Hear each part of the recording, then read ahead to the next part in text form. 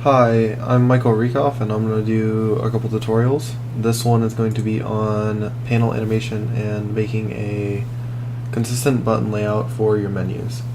So the first thing you want to do is you want to open up Unity and create your new project. After that, you want to right click on your hierarchy and then you want to create a canvas, and that is under UI and then canvas. As you can see, this is our canvas, and what I'm going to do is going to go into 2D view. I'm going to scroll out a little bit so I can see. And then from here, we will make a panel. So to make a panel in the canvas, we right click on the canvas, go to UI, and make a panel. So now that we've made the panel, we're going to resize the panel, and we're going to make it about a little less than half of the menu or the canvas, and then we're going to resize it from the top and then the other side and the bottom, and we'll get something like this, something to our liking. If you wanted to add a background image, it would be very simple. You would go from your project, you would grab the asset from the source, and you would drag it over into the source image on the right. Here we can also change the color, and I'll change the color here. And the bottom right here is your opacity. So we'll just do a red like that. So next what we're going to do is we're going to make some text, and we're going to make that underneath the canvas or underneath the panel. So we go right click UI and then text, and then we have our text made. Now what we'll do is move the text up, and then we will anchor it. And what we will do is hold Control Alt, and then that changes your options to stretch all the way, and we'll stretch it along the top. So from there we will expand it a little bit downwards, and we will edit the text inside of it. And to edit the text, you go on the right over here in your inspector, and we'll call this main menu. After calling it main menu, let's center it and make it right in the middle. We'll increase the font size, and we will change the color, something that's visible. And again, the opacity works the same way, it's in the same spot. So once we have that made, we will, after we centered it and everything, we will create an empty object under the panel. To do that, you right click on the panel and you create empty. This creates a game object. Then once we create the game object, we will expand it, but we will leave us a little bit of room inside of the menu, and this is where we're going to be putting our buttons. So from here we will make our button. So we'll only add one because we'll go through a method later that will easily format the button throughout this whole section. So let's move the game object over a little bit.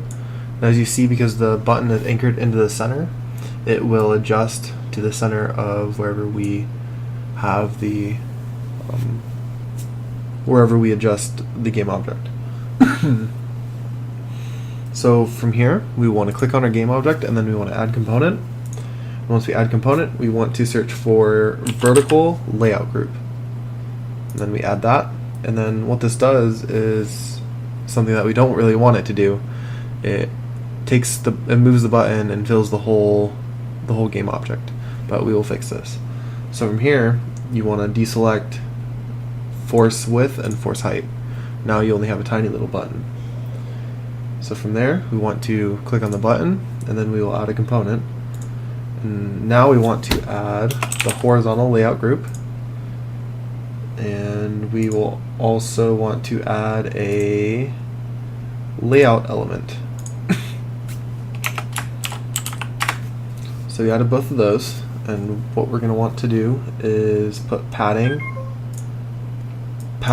on the horizontal layout group.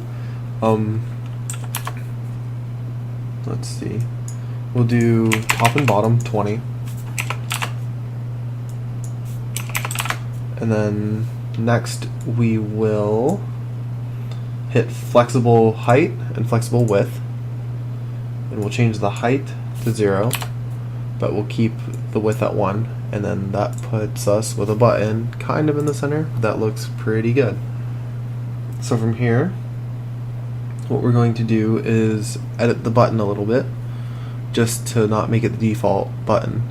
So if we look at the default button right now by hitting play, all you can see is when you hover over it, nothing happens, but when you click, it dims. So we're going to add a hover effect. So once you click on the button, you go over on the right, and then you find the button script, and from here you want to do transition animation. So once we do that, you want to auto generate animation.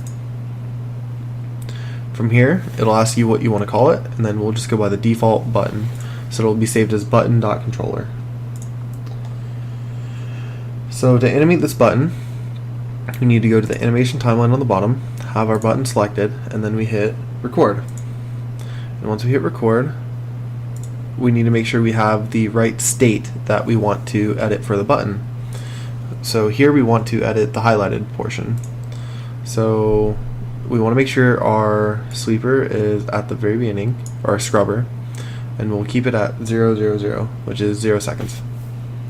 So from here, what we will do is add some scale. So we'll scale it up a little bit. We'll do about 1.3. That's a little too big, so we'll actually 1.2. And then for the scale for the Y, we'll go 1.1. So what's going to happen with this is that when you hover over it, it will scale up. Now, another neat thing about this is you can actually change the color too. So we'll go ahead and change the color, and because it's red, we won't use red again, and we'll go with blue or something. So we'll go with something like this. And we can make it opaque a little bit. So we'll do that, and then you can edit whatever you want to do. You have your colors, you have your scale, you can rotate it, and you can pivot.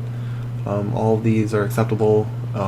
So when you do click on the button or hover over the button, it'll do that animation. So to test it, we will hit play, and when we hover over it, that's what happens. It scales up and it changes that color. So we'll keep that. Now, what we want to do next is duplicate the button a multiple amount of times. And you do that by hitting Control and then D while the button is selected. So what we'll do is we'll leave us a little bit of room on the bottom, and what we're going to do next is go back to the vertical layout and we'll go into spacing. And then in the spacing, we will add spacing as necessary. So 10, that looks pretty good. It evenly spaces it out, so you don't have to manually do one button at a time. So this is a very good technique to hold on to. So we'll keep it like that. Next, we will want to create a new empty file under our canvas. So that's right click on the canvas and create empty, so it creates another game object. And from that, you want to, we'll call this main menu. So we'll rename it to main menu. And then what we're going to want to do is select the anchors again, Control Alt, and we will select the bottom right one, which is the whole thing. Then we'll select the panel. I did not rename it main menu, but I'll do that now. And we want to put the panel inside the main menu. So it's going to look like that. So from here, we will select the panel, and we want to change our pivot to 0. So we'll change our pivot to 0, and then select the main menu and go to animation, and then we'll add a curve. So what we'll call this animation, it doesn't really matter too much, but we will call it main menu open. Okay, so main menu open. So what you want to do though for future reference is keep your animations properly titled, so you know what animations are going to be going to what menu. So with this, we will have recording on, and then we will select the panel, and we will just simply slide it off.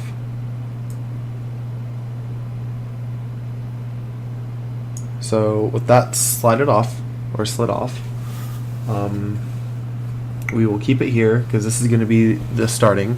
So when you start up your game, your main menu will sweep in from the left, or you could have it sweep in from the top, the bottom, the right, or you could just have it simply fade in. Or you can have it rotate in, pivot in. The options are limitless, and you can get really creative with it. So what we'll do here, we will scrub the timeline to about 1/4 of a second, and then we'll actually make it about 1/5 of a second. It doesn't matter, it depends on how long you want your animation. So we'll do it 1/2 of a second just for tutorial purposes. So from here, we will change the position from the panel back to 0, and that didn't work. The main menu, it's the panel. That's not working. So anyway, we will slide it back in. And it should have worked, but it's okay. So slide it in, and then we'll scrub the timeline to see how it looks. Or we can just play it. And that's how it is. It's going to be sliding in and it's going to keep looping, which we will stop later. So now, if we wanted to add opacity, we will go to our main menu. And then what we want to do is add component. And it will be a layout element. Not a layout element, I'm sorry. There will be a canvas group component. So once you make the canvas group component, this is your alpha channel. So with our scrubber still at 0, 0, we will turn the alpha down to 0. And then when we get to about 1/3 of a second in, we will turn our alpha channel back to 1, and that will fade our main menu in. Now, if you want to get a little fancier with it, what you can do is you can grab the menu and you can hit E, and then you can rotate. You can rotate the menu in, and it'll give it a little bit more jazz. So next, what we will do is turn off looping. So to turn off looping, we go to Project. This is our animation here, and then loop time, and uncheck it. Next, we will see how our animation plays. We hit play, and it comes in. And that's how you make a basic transition for your menu, and add some opacity, add some flare, and format your buttons in a easy fashion so you don't have to do it one by one. Thank you.